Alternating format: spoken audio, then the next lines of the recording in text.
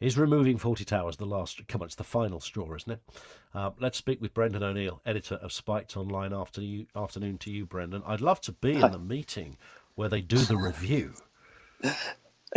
Can you imagine what that'll be like? Some kind of sinister Orwellian gathering, deciding whether the nation can see this episode or not. Of course, what's interesting, I was just going to say, Brendan, presumably they would have to watch the episode in the review, and nobody would be allowed to laugh because, of course, that's right. That would render them unemployable, one would assume. Absolutely.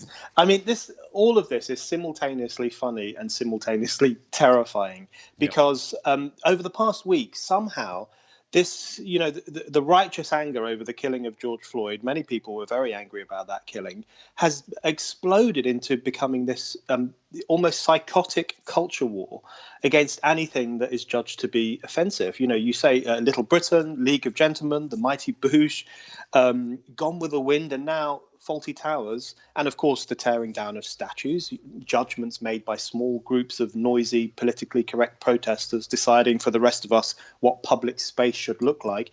Yeah. This has become a deranged, woke witch hunt against anything deemed to be offensive. And I think actually we need to put a stop to it pretty soon.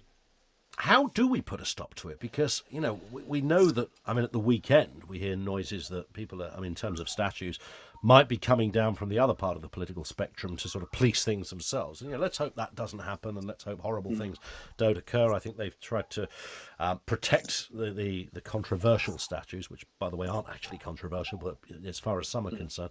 Where do we go with this conversation, Brendan? That's the million-dollar question. I think one of the key problems is that Britain, over the past few years, unfortunately, has become very lackadaisical about freedom of speech and the importance of freedom of speech. We've seen that on campuses with the no platforming of supposedly controversial speakers. We've seen it in public life where politicians will cravenly apologise if they ever misspeak or tell an off-colour joke. There's a censorious climate, and I think the only way we can now, and it's really blown up over the past week, it's gone kind of crazy.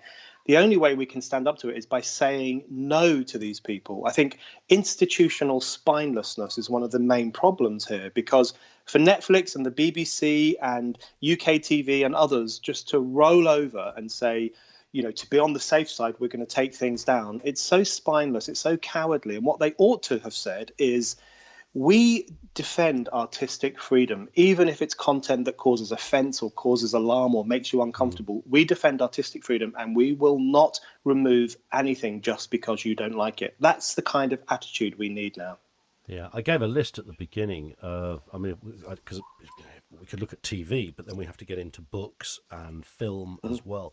Everything from Reservoir Dogs to Dumbo could stand accused of either racial stereotypes or using, language that are disturbed by some. In terms of books, where do you go with that? Dostoevsky, Dickens, Twain. The list goes on.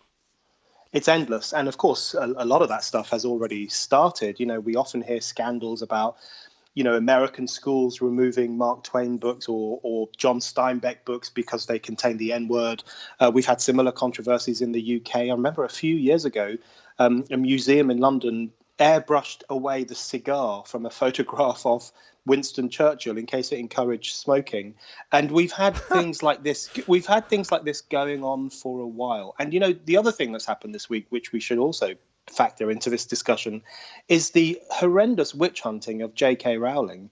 The things that have been said about her have been so shocking. She's basically been denounced and thrown and chased off Twitter simply because she believes in biological sex, and she thinks there are men and there are women and they are different biological beings. And for holding those very ordinary, truthful views, she has been hounded in the most horrendous way imaginable. So the whole culture at the moment, coming from these kinds of campaigners, is really censorious. I think the mistake that institutions and politicians make is that they think this is public pressure. They think this is what the public want.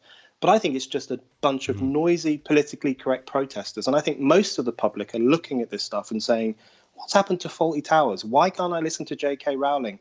Why can't I watch Little Britain? Ordinary people, I think, don't like what's going on at the moment. That is the interesting point to me, Brendan, is the speed with which the cave-in takes place. and bearing in mind, I mean, I mentioned at the beginning, even hysterical bedwetter David Lammy isn't calling for this episode to be banned. I mean, I usually like to judge things on when he speaks out, and he said nothing on this, and I can't work out who's even calling for these shows to be pulled from our screens.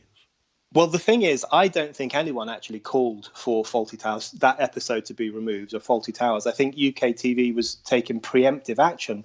But the problem, of course, is that people did call for the removal of Little Britain and other shows. They did tell JK Rowling to stop speaking. They did no platform people at campuses for years and years. And so I think institutions have become incredibly cagey, and they don't want to cause offence, or they don't want to be seen to be causing offence. So they take this kind of preemptive action. You're absolutely right about the speed with which they cave in. I was reading yesterday that a school in Sussex has changed its mind about naming one of its houses after JK Rowling because of the transgender controversy. Wow. And I just thought, you pathetic, spineless cowards. I mean, she is one of the most popular authors Britain has ever produced. She's internationally well known. And you cave in to this tiny mob of people who think it's a thought crime to say that people with penises are men, not women. And when you get to that level, you start to realize we have a serious problem in this country. And I really do think the decent majority, it's time that we stood up and said, no more. We don't want things censored. We don't want people to be hounded for their political views. We want an open, free culture. Yeah, and what's interesting about the JK Rowling, and we are going to talk about that a little later in the show, is that she never actually said what she's accused of saying. There's no transphobia, that interesting word. Nonetheless, she's qualified in a piece that she wrote on her website, and I read the whole thing, and I thought it was fascinating the way she laid out her stall, and even more fascinating the fact that she even had to, but nonetheless she did. And there's no transphobia in here, but of course the moment you depart from a script and you start going into a certain territory, there are the meerkats on part of that political spectrum pop up, and that's it, game over for you. And that's the way it works now. If you say things that they disapprove of, they will call you a bigot. And the word phobia is always thrown in. If you criticize anything to do with the transgender activists, you are a transphobe. If you criticize any aspect of the Quran or any aspect of Islam, you're an Islamophobe.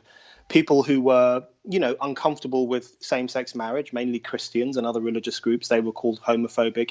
All sorts of perfectly legitimate political views, moral views, everyday views are now increasingly being redefined as bigotry, as phobia, as racism. And I think that's something that we really need to hold the line on, because what we ought to be saying is, listen, these views are perfectly normal. Many people out there share them, and they ought to be freely expressed, and we ought to talk about them openly. And this very sly attempt to say, if you hold these views, you're a bigot, and therefore we will silence you.